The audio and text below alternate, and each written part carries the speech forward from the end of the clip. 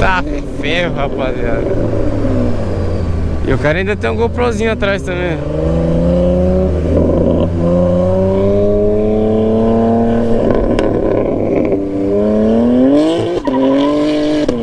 Cê é louco, rapaziada.